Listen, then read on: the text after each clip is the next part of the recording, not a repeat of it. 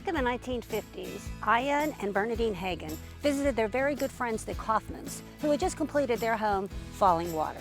Well, the Hagans fell in love with the property, and they decided that they too wanted a home designed for themselves. So here we have the eccentric and whimsical Frank Lloyd Wright coming back to Fayette County once again. Hi, welcome to Around the Town with Marilyn Forbes.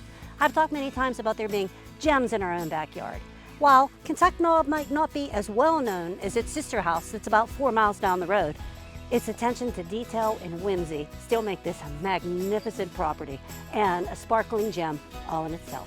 So please sit back, relax, and enjoy our private tour at Kentuck Knob.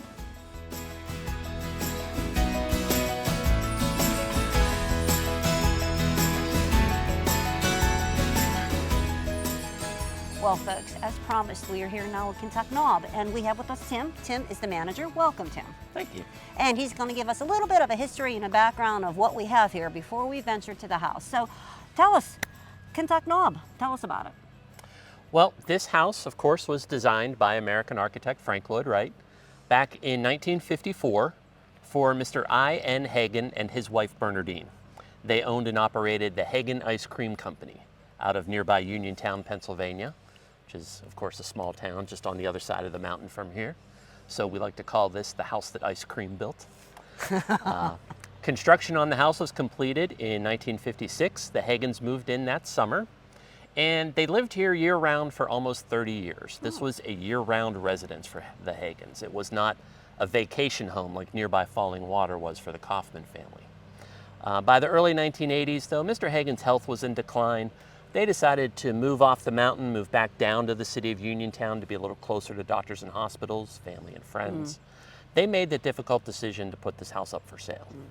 Now, around that same time, the man who now currently owns the house, Lord Peter Palumbo from London, England, he was visiting nearby Falling Water. He was taking a tour. One of his tour guides just happened to mention that there was another Frank Lloyd Wright designed house in the neighborhood, this one. And at that time, it was for sale. Oh, wow. So, Timing. Yes, exactly. Lord Palumbo visited that house, and in his words, he said, he came, he saw, he was conquered. He absolutely fell in love with the property. So several weeks later, he purchased the house from the Hagans in early 1986 for $600,000. Oh, that's amazing. His family used this house as a vacation home for about 10 years, and then in 1996, they decided to open it and share it with the public. So this is our 28th season open as a museum. Wonderful. Yeah. What I think is cool about this property is when the Hagans purchased it, actually, I think it was a farm. I know there was no trees here. This was a farm, yeah. And a lot of the trees you see behind us here, these were planted by the Hagans almost 70 years ago. And it's wonderful. This was their vision, and they made it come true, and it's spectacular to this day. And we're going to be heading up to the house. Absolutely. Also, too, I want to point out to you folks that not only is the house truly something, a treasure to visit, but there's many, many sculptures and many pieces of art. As you can see, the fun little phone booths here behind us, Superman phone booths that we have. We're going to be visiting those and a lot more other objects of art later on. There are almost 30 pieces of art and artifacts all over the property. Okay, so folks, stay with us. We're heading to the house. Okay. Now, this is an example of Wright's Usonian houses. Heard that term before, Yep. Usonia? It was Wright's idea of creating distinctly American architecture. And these Usonian houses, they would be small, modest houses, affordable for the average American family. They would have flat roofs. They would be made of natural materials. They would have this central core of the house that rises up through the roof. But one of the aspects of these Usonian houses, is that you would have privacy on the public-facing side of the house. Oh. So when people approach your house, they can't just look right in the windows. Thus no windows. Oh my goodness, I never knew that. Okay. Now, we're built up here on the top of a mountain. There are no neighbors. But Wright was notorious for obscuring the entryway to the house. But Mrs. Hagan was a warm, welcoming person, and she wanted an open front door, and so Wright was okay with that. But Most of these Usonian houses, if they were to be built in a subdivision or on the street in any neighborhood across the country, you would have a very sort of almost a fortress feel to it across the front to give the owners privacy. Privacy. Now, once we get inside the house, you'll see it's completely different with the windows at the back. Now, is this a carport? Or? It is a carport. Okay. Wright was an early champion of the carport. His career spanned the transition from horse and buggy to automobile. Okay. And he said that there was no danger of the car running away like there was with the horse, so you don't need doors on the barn anymore. Oh. Now, okay, now explain a little bit about the, what do I want to say, like the cutouts there? Sure. So these are what, these windows are what Wright calls the clear story window. Traditionally, clear story windows are what you might see high up in a cathedral, stained glass, the light shining down through. All right. But Wright creates a modern, updated version of that for these Usonian houses. Each house has its own unique design cut into the wood panel of the window. Oh, really? And that makes each house almost identifiable by its window shape. Interesting. All right. Yeah. And you'll notice here, the wood panels, they mirror each other as they go along. And that sort of creates a rolling hillside effect that emulates the mountains in the surrounding area. I said he's always thinking. And it's, as I said earlier, it's the whimsical, the little touches, the attention to fun detail. It just really just sets him apart. Yes. We ready to go inside? Absolutely. Okay. You're in for a treat. Oh, I love this place. So then this is the great room, or Living what would room, we? great room. Okay. Now you had said earlier that there are a lot of these furniture pieces that Correct. were designed by him as well, correct? Yes. Now, most of the, of course, all the built-in furniture in the house was designed by Wright specifically for where it was built into the house. But the Palombos have gathered over the years a fantastic collection of Frank Lloyd Wright designed furniture. And it's great that we can educate the public about Frank Lloyd Wright and his career with those visual pieces showing his distinct style as it sort of evolved throughout his career. Okay, so then, in other words, then some of these pieces that folks would see here were made years probably prior to the building of the structure itself. Decades even, yes. Oh, okay. Yes. Now there we go. There's windows. Absolutely. So then, on the private side of the home, Wright gives the client what he calls the light screen, and that's a wall of windows. If this were a residential neighborhood, this would just be your backyard or a garden you could walk out into. We just happen to be on the side of a hill here, side of a mountain, so you've got that terrace out there overlooking that rolling hillside. Now what I think too is fun, I just noticed, is these are all doors. You can open these all. We've got 4 sets of French doors. Oh wow, that's unusual. And That what could be you'll nice notice flow. too is all the doors and windows, they're all vertical in shape. But Wright loved to build on the horizontal to really emulate the horizon, give you that connection you feel with the land when you look at the horizon.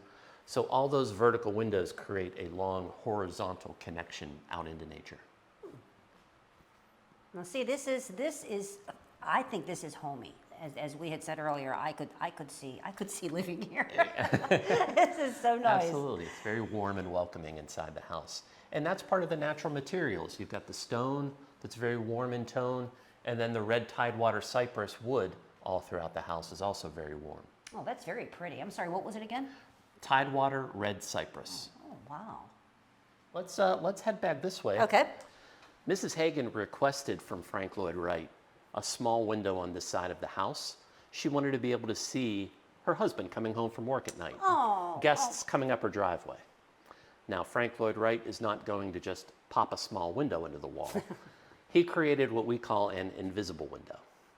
It's 8 feet by 4 feet in dimension. It's 1 sheet of polished plate glass. There's no frame on it at all. Oh my. Glass is just mitered into stone, right up into the wood of the ceiling.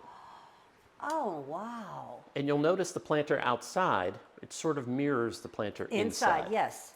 Wright's original intention for the Hagans was that they should plant ivy in both of them. Oh, okay. The vines could grow up and meet in the middle, and then you really wouldn't be able to tell where the outside ends and the inside begins. Did they ever do that? Do we know? Unfortunately, sun rises over there in Oh. the east. Okay. There was never enough direct Enough- sunlight for anything okay. to really grow here. Mrs. Hagan thought he was a wonderful architect, but not much of a gardener. Oh, So she would fill this with decorations, cut flowers, that type of thing. Now, he only actually visited this site once, correct? Yes. Wright visited in the spring of 1955 during construction. Okay. So he oversaw how construction was going. He met with the contractor. They reviewed the blueprints and the plans together. They reviewed any changes that were going to be made, and it was a pretty good visit. Oh, this is so fun. I love this house. All right, where are we heading? Well, let's take a look at some of the furniture. Okay. Now the sofa here, it's built right into the wall. It's not going anywhere. It's 28 feet long. I can't sit on it, right? No. And there's storage space underneath all the cushions. Oh my. Okay, well that's practical. Absolutely. Wright would try to utilize every inch of space in these Usonian houses. Oh my. And you said 28 feet. Mm-hmm. Well, you could have your whole party just right here and everybody Absolutely. can sit together And you'll notice too, Wright's devotion to nature, the built-in furniture faces out. the windows. So when you're sitting here, you're going to be enjoying nature out the windows. Now you were saying we were talking about the Usonian home? Usonian, Usonian? yes. Okay, so are a lot of them similar then to this? I understand it's built up around one great room, is that correct? The idea? It's built around a central core, Okay. which is what we see here Okay. where the fireplace is. And on the inside of that structure over there would be the kitchen, Okay. or what Wright called the workspace. And then wings of the house would branch off of that. So this would be the public wing of the house where guests would come and visit. You've got the living room and dining room behind it there. And then the private wing on the other side of the house. Oh, okay, all right. And we're not gonna go back there on this trip, on this tour. We'll save that for when folks come to visit us in come, person. yep. They can see all the bedrooms at the house. We're gonna give them just a little peek at where it's at there, right? All right. Okay. We're heading out to the terrace? Let's All head right. outside to the terrace. Oh my. This always just, so lovely. We're 18 feet high at the highest point here. And you've got that beautiful view of the trees that the Hagans planted. These beautiful Japanese kusa dogwoods. They bloom with that sort of a vanilla ivory flower. And this has been actually a really wonderful season for them. And I see there's like a little walkway, pathway. There's a pathway that goes all around the house, and that's part of our Woodland Walk. Oh, okay. And guests are invited to do that after the tour, or we sell separate passes where you could just do the Woodland Walk. But the path goes all the way around the house in a circle, so you could see the house from different angles. We often say that the house looks like a different house from several different angles. Oh, I'll bet. I'll bet. Now, tell us about these funky windows here. These so what, skylights? Well, what would we- Wright called them trellis openings. Okay. There are 24 of them along the back of the roof here, and they're open to nature.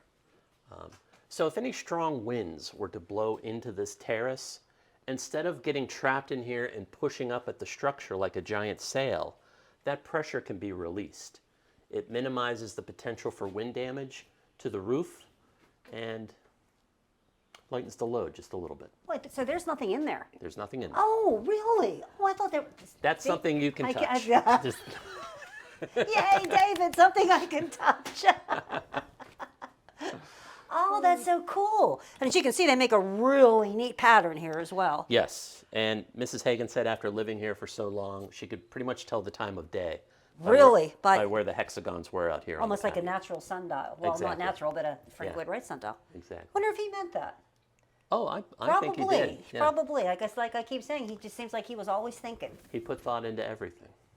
Let's take a walk down towards the end. We Okay. call that the prow of the ship. Oh, there's even a couple little seats here. Mm-hmm.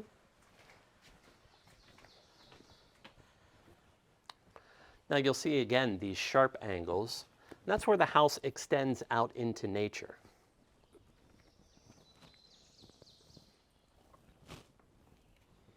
And this space is really a great example of a philosophy of Wright's architecture that he called compression and release. that was a way that he would use to move people through his spaces. Okay. These compressed areas, sometimes he'd make you want to kind of walk out of them. And then when you step out here, did you almost feel a sense of release and weightlessness for a second? Yes. You can feel that the space just opens up. It's almost like the front of the Titanic. How many people have said that to you? Probably Many, a lot. Yes. many. Can I do it? Can I say it? Go ahead. All right. I'm the king of the world. I want to be queen. I'm the queen of the world. And there's room on my door for you. This is amazing. This actually feels like, I mean, It does. it almost feels like you're just We're at 18 the end of the feet world. high. Pardon me? We're 18 feet high at the highest point here. Now, was there any type of basement or anything here? Is there anything under us? There's a very small basement under the kitchen. Okay. Wright didn't like basements. Oh, He okay. thought basements, garages, attics were Hallways. they were just space for junk and clutter to collect. Okay. So he didn't really like to give those to his clients. He stood very much against the idea of just consuming more and more stuff. But Mrs. Hagan, she talked him into it. Oh, she sounds like she could just talk anybody into anything. I think so. Okay, so we're going to go back inside? Absolutely. Okay, great. This is another piece of furniture, right, designed for the Hagans, the dining room table. You'll notice it's a little lower than your average table. It is. It's only indeed. 27 inches high. Most dining room tables, about 31 or 32 inches high. So when you're seated at this low table, that's where the release happens in this space. Oh. So you might feel a little more comfortable from the low ceilings in this space when you're seated at the table. And you'll notice it separates right in the middle here. It also detaches from the sideboard. So the Hagans could move the whole table out. They could reconfigure the pieces depending on what they're using it for. Lunches, card games. You could put more chairs around. Well, that's neat. Very versatile. Oh, wow. Yeah, and it is low, but then the chairs are low as well, so it all goes Absolutely. together. Yes. All right, and then the kitchen. Sure, we'll step Okay. into the kitchen next. All right. This is that central core This of the is the house we central saw core, from the okay. outside. Yes.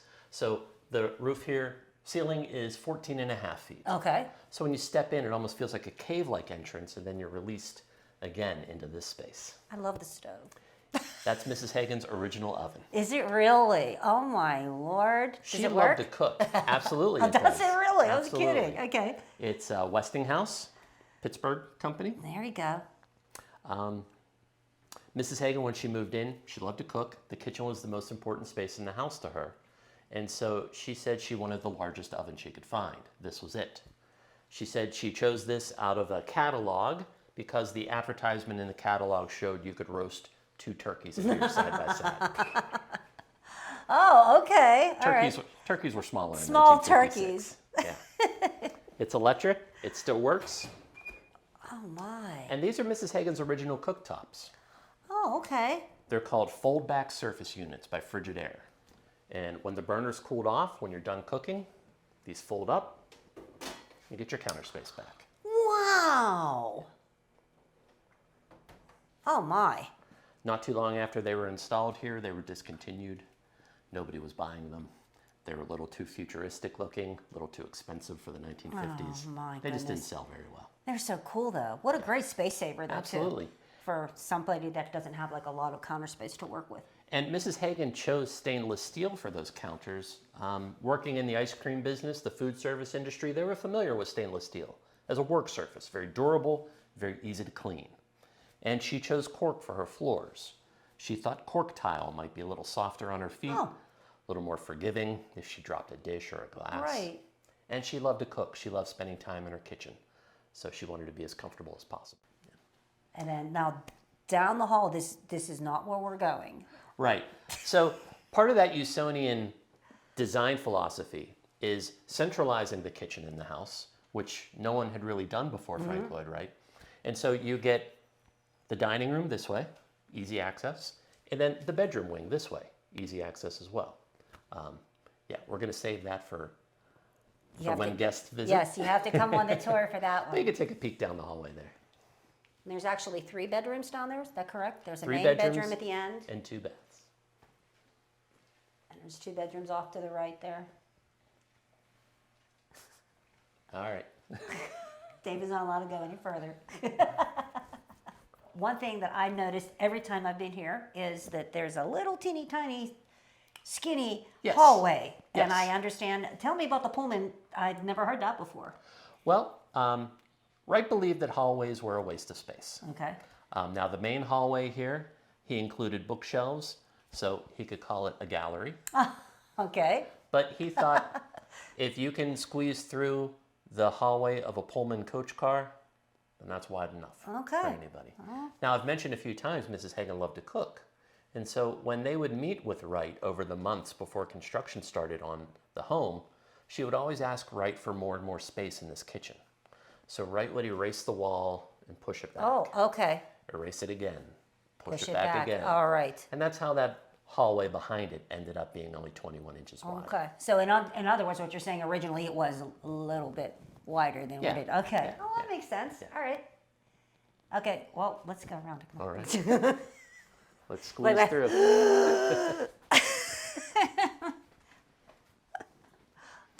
And back here, there's a at this. second bathroom and a third bedroom. And there again, too, I believe I had said this before. It's very deceiving because on the outside it doesn't really look very large. Right. But it is. It is is. indeed just the way that it's laid out. And as you folks saw, just even from the area down there that we're not going to, Right. that's a very large area. Wright's original design for the house was 1,200 square feet. Okay. That was standard for these Usonian houses. The Hagans were a bit wealthier than the typical Usonian client, and through conversations and changes that they requested from Wright, it ended up being 2,200 square feet. Okay. Oh, a little bit bigger. A little bit bigger. Okay, I think we're going back outside. Absolutely. Okay. We're going to go out onto the back patio. Okay, great. Okay, so this is the outside patio. Now, the reason there's that small step here, this triangle space, this is all the patio Wright gave them. Oh, okay.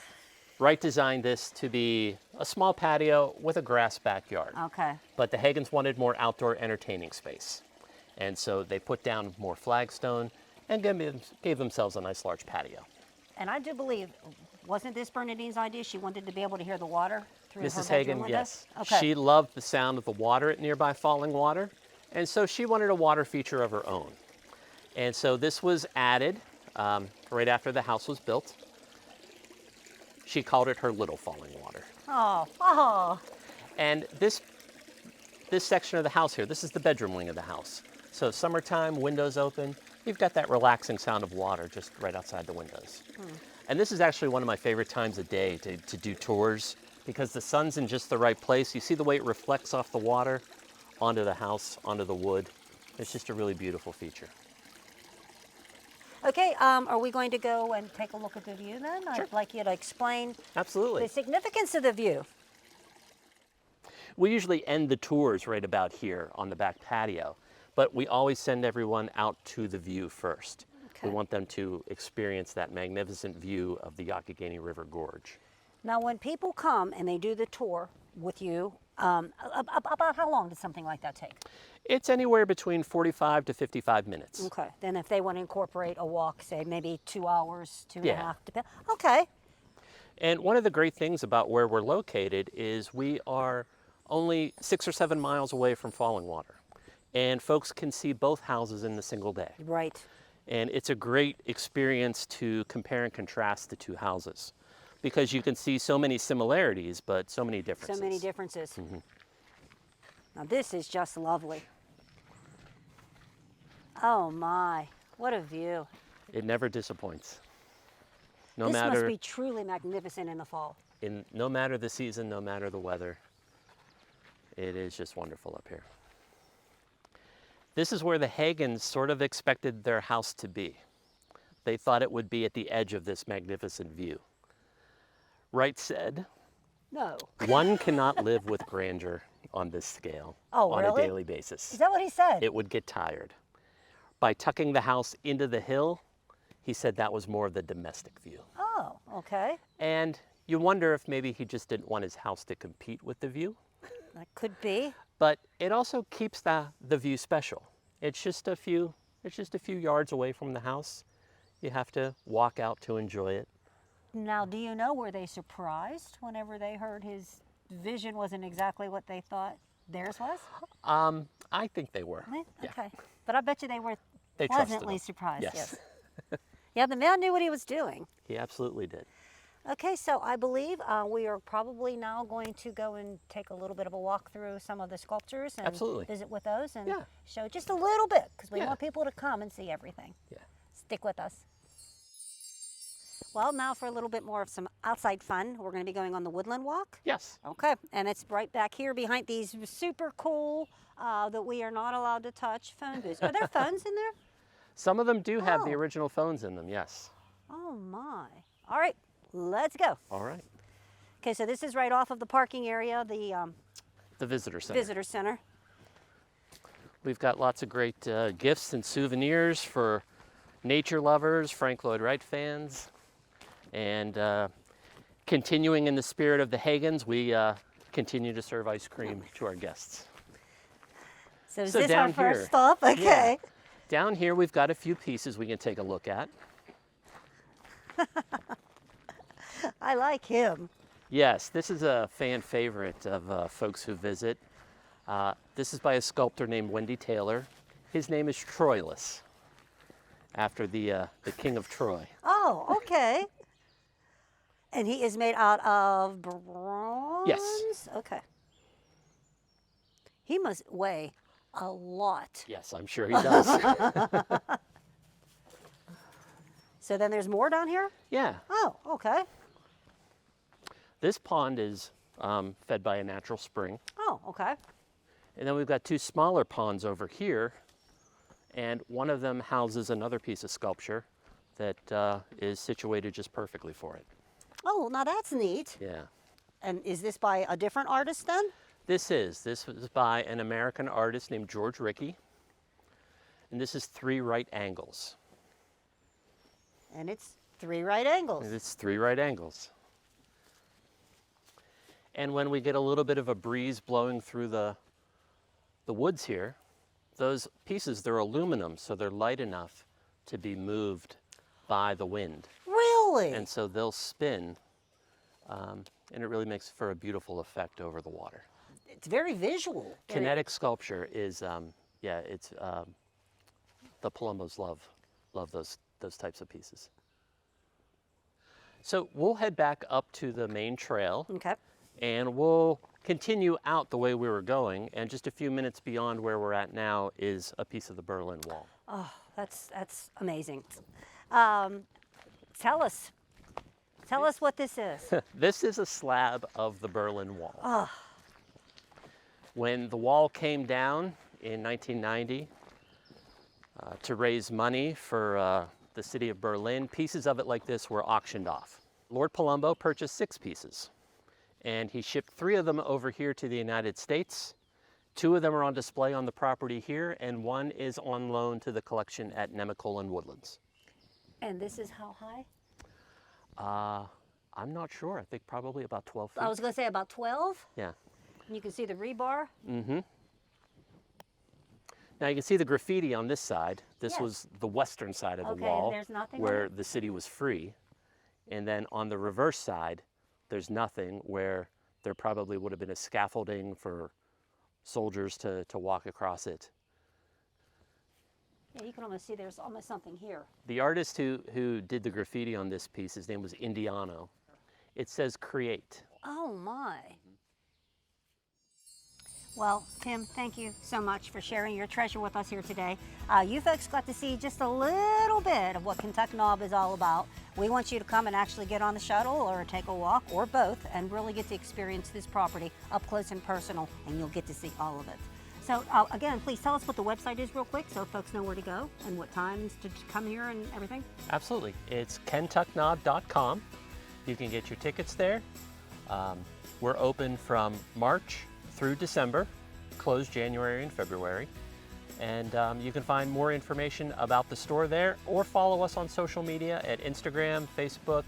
We're everywhere. TikTok at Kentuck Knob FLLW. Perfect. All right. Again, folks, I hope you enjoyed the show. I did. I had a great time. But remember, Keep smiling, keep dreaming, and keep watching.